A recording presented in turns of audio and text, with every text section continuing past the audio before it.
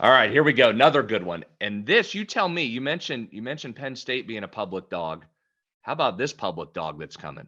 Yeah. Alabama at Tennessee. Oh, Alabama minus 7.5. The yep. the first question is right out of the gate here. Total 65.5. Yep. First question right out of the gate is does Bryce Young play for Alabama?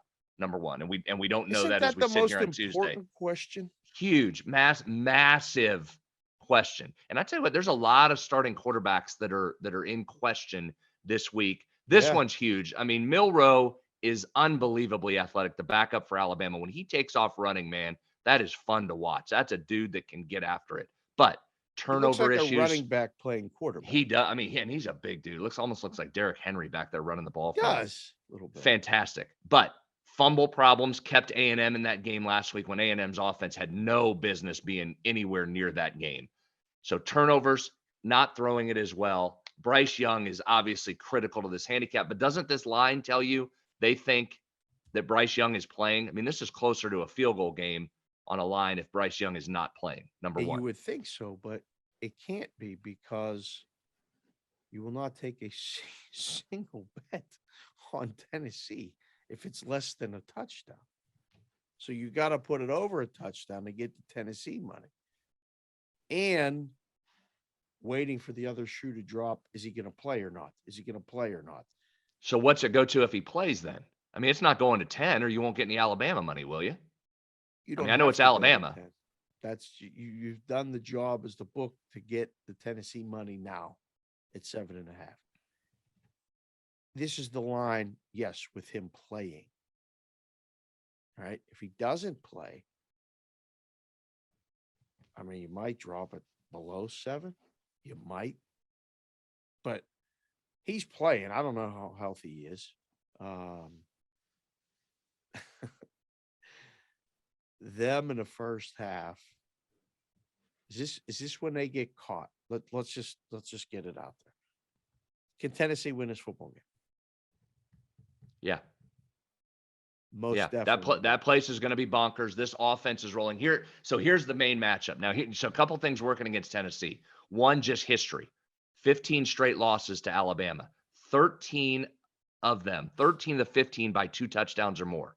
Okay. So I know you can say past teams don't affect this one, but Right. mindset they do. That stadium is going to be affected by that, right? This crowd is going to be affected by that. If Tennessee has a mistake early and it lets the air out of that building, that Yeah. factors into the environment. So I do think that plays into it. Here's the bigger thing.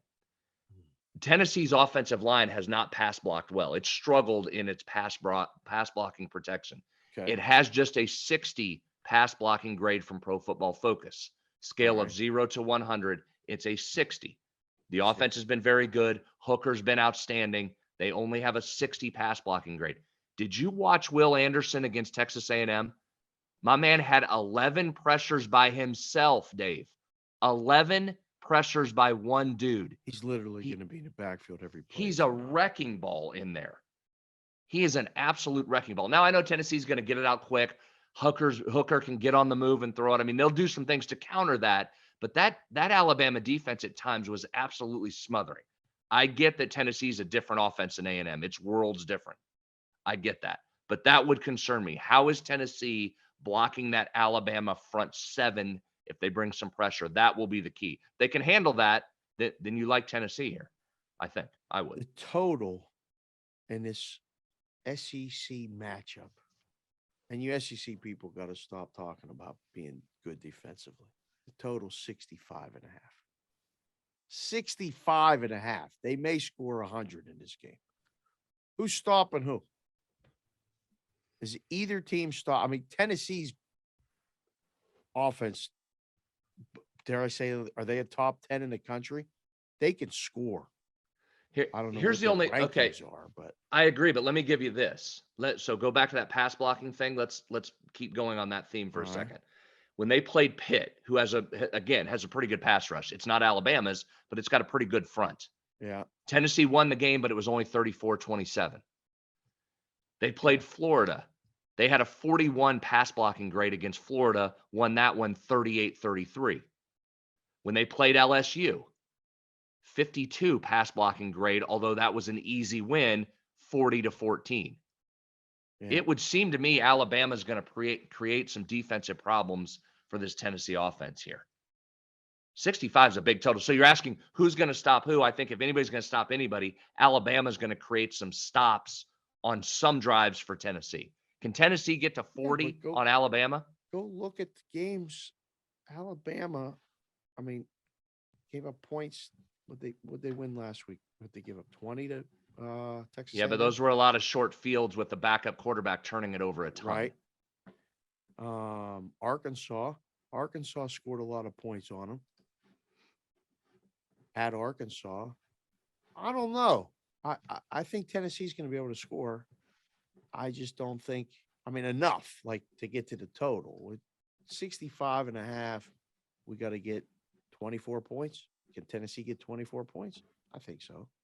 They're going to beat Alabama with 24 points? No, I don't think they're beating Bama. No. Bama wins.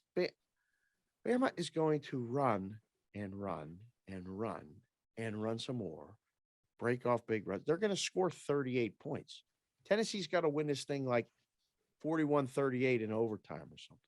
Yeah, that would surprise me. Not that it can't happen. I know this offense can get cranked up, but they're getting Cedric Tillman back, their best wide receiver. He comes back from a high ankle sprain, but I don't know. Alabama gave up 19 to Texas, who's playing as well as anybody. Now, granted, they lost their quarterback in that one.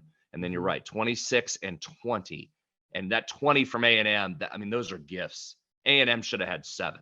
That A&M offense wasn't doing a thing. I don't know how closely you watched that. They were not doing a thing. They had a couple big plays and had baseball, short fields. I was locked into that Cleveland and Tampa Saturday afternoon baseball game that they played 15 innings, and then that guy hit a walk-off like Pedro Serrano. So I might have just talked myself into an under here with that big total. It's not the highest total of the week, but I might have just talked myself into an under. It is close. Yeah, I think I mean, that's why it's so high. The book right now is trying to find what the peak is. So again, a lot of totals just come up. Today's Tuesday. We're recording the show on Tuesday as a look ahead show, not locking in guaranteed predictions, but this feels like an over to me. And it feels like, I mean, there's not many times the book needs a favorite. The book might need Alabama. I mean, you could count on one hand the last time or how many times the book needs Alabama in the last decade. On one hand. It's one hand. One hand. That's 5. 1, 2, 3, 4, 5 times that you'd need Alabama. That's how big Tennessee's going to be at play this week.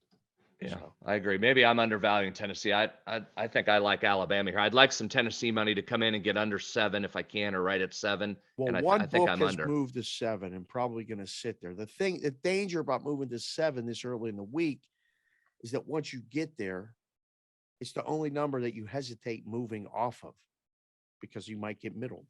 It happened, in the NFL, like the Vikings opened 6.5, closed 7.5 against the Bears, and the game fell 7. And that's getting middled, and that results in a meeting on Tuesday. Like we're meeting here to do the show. The meeting to ask or explain why you got middled is not a fun meeting with someone who really doesn't know. It's one of those ones that you just know, we got to talk about that game because you pay everybody. You pay all the lay-ins, you pay all the take-ins, and if the game goes over, it's usually a parlay fest, and it's no good. Alabama, Tennessee will be probably the top handle game. Might be the top handle game, one of the top handle games of the entire season. I can't wait to watch. I'll leave with this.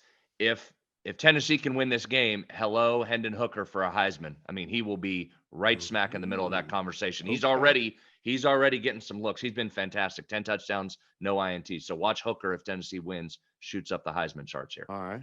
Thank you for watching this video. If you liked it, click on another video right here on the screen. And if you really liked it, consider subscribing below. Thanks for watching. We'll see you again soon.